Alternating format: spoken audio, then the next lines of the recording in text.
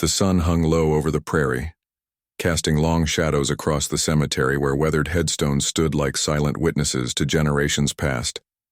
And Sarah stood there in the fading light, her clothes torn and stained with dirt and blood, her body trembling not just from the cold wind that swept across the plains, but from something deeper, something that had been building inside her for longer than she could remember. She had walked for 3 days through rough country after the stagecoach attack, and every step had stripped away another layer of the person she thought she had to be. And now she stood before this stranger, this rancher named Thomas, who had appeared on horseback just as her strength was failing, and she knew with a clarity that felt almost painful that this moment would change everything right here. She whispered, and her voice cracked with exhaustion, and something else, something like surrender. Right now, she asked him without words, really just with her eyes and the way she stood there so vulnerable, so completely without pretense, and she was trembling, because asking for help had never been easy. Not in all her 47 years, not even when she was a child.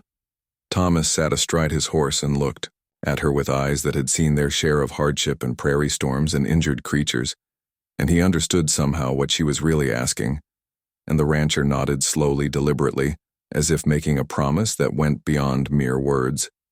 Then, his hands trembling slightly, he dismounted and removed his worn canvas coat and draped it around her shoulders without saying a thing, because sometimes the kindest gestures need no explanation.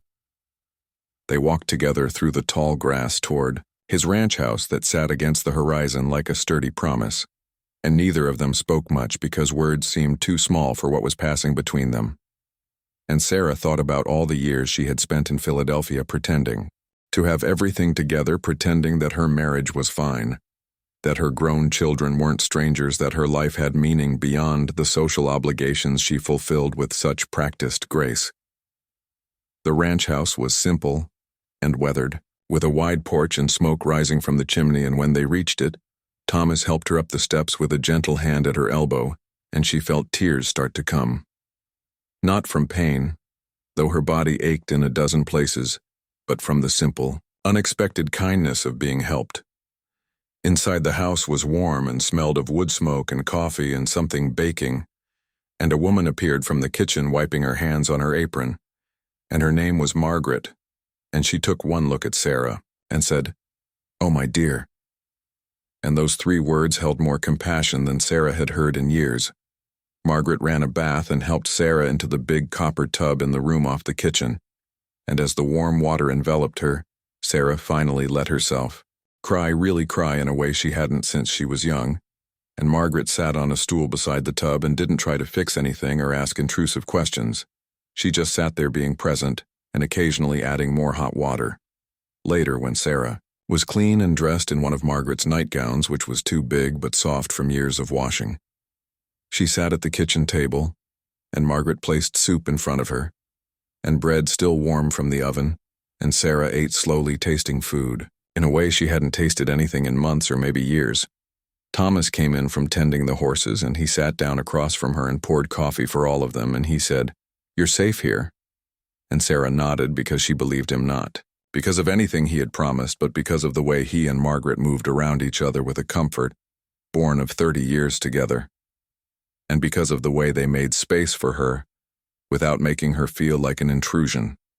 That night, Sarah lay in the small guest room under a quilt that Margaret's grandmother had made, and she stared at the ceiling and thought about the strange journey that had brought her here, and how the stagecoach attack, which had seemed like the worst thing that could happen, had somehow become the doorway to something she hadn't known she needed. The days that followed fell into a gentle rhythm, and Sarah found herself helping Margaret with small tasks around the house, and at first she was clumsy because she hadn't done real physical work in years, but Margaret was patient and showed her how to knead bread and how to preserve vegetables and how to feed the chickens without getting pecked. Thomas taught her to ride properly, not the careful supervised rides she had taken back east, but real riding across open country, and he showed her how to read the sky for weather and how to find her way by the stars, and sometimes they would ride out to check on the cattle, and he would talk about the land in a way that made it seem alive and worthy of respect. Sarah learned that Thomas and Margaret had lost their only son to fever when he was 12, and that the grief had nearly destroyed them, but they had somehow found a way through it together. And Margaret said one evening as they sat shelling peas, "We had a choice to let it make us bitter, or to let it make us kind, and we chose kindness, even though it was harder." Those words stayed with Sarah because she realized she had been making the opposite choice for years, letting small disappointments and unmet expectations harden her heart bit by bit until she barely recognized herself. And she thought about her own children grown now with lives of their own, and how she had kept them at arm's length with her perfectionism and her need to maintain appearances. One morning about 2 weeks after she had arrived, Sarah was hanging laundry on the line and she realized she was humming, and she couldn't remember the last time she had hummed. And Margaret heard her and smiled from the garden where she was pulling weeds and said, "You're looking better." And Sarah said, "I'm feeling better." And it was true in ways that went far beyond the healing of her physical injuries. But there were hard days too. And one afternoon Sarah broke down while helping Margaret with mending, and she told the whole story about her life in Philadelphia, about her husband Richard, who was a good man, but distant and preoccupied about her children, who called dutifully once a month but never really talked to her about the charity committees and dinner parties that had filled her days without filling her heart. Margaret listened without judgment, and when Sarah was done, she said, "Sometimes we have to lose our way completely before we can find it again." And then she told Sarah about a time years ago when she had left the ranch and gone to stay with her sister in St. Louis because she thought she needed something more than the quiet life she had, and how she had discovered after 6 months that what she had been running from was exactly what she needed. "But Thomas," Sarah asked, "wasn't he angry when you left?" "He was hurt," Margaret said, "but he loved me enough to let me go and to welcome me back, and that's when I learned that real love isn't about holding tight, it's about holding open." Sarah thought about that for a long time, and she thought about Richard, and whether she had ever loved him with that kind of openness, or whether she had always been trying to shape him into what she thought a husband should be. As autumn deepened into early winter, Sarah knew she would have to make decisions about her future, and letters had been sent and received, and Richard was coming to take her home, and the thought filled her with dread, but also with a strange new clarity. The day before Richard was due to arrive, Sarah and Thomas rode out to the cemetery where they had first met, and they stood among the headstones, and Thomas said, "You know you can stay as long as you need to," and Sarah said, "I know, and that means everything, but I think I need to go back." "To make peace with things," Thomas said, and it wasn't a question. "To try to do things differently," Sarah said, "to take what I've learned here and see if I can bring it home with me." They stood in silence for a while, and then Thomas said, "The prairie will still be here if you ever need it again," and Sarah nodded because she couldn't speak around the lump in her throat. That evening Margaret made a special dinner, and they sat around the table together, and Sarah looked at these two people who had taken her in when she was broken and asked nothing in return, except that she be honest and present. And she said, "You saved my life." "No," Margaret said gently.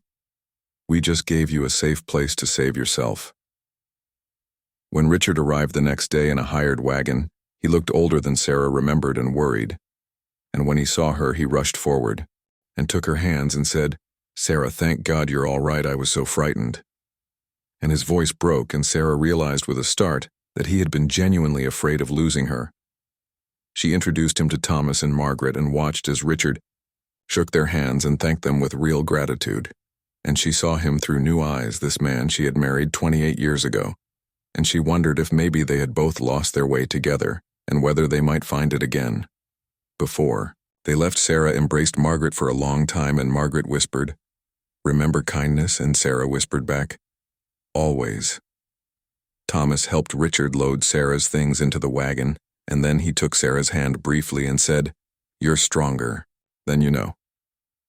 And Sarah said, "I'm starting to believe that." As the wagon pulled away, Sarah looked back at the ranch house and the two figures standing on the porch waving, and she felt something shift inside her chest like a door opening, and she turned to Richard and said, "I need to tell you some things about who I've been and who I want to be." And Richard looked at her with surprise and something like hope and said, "I'm listening." The wagon rolled on through the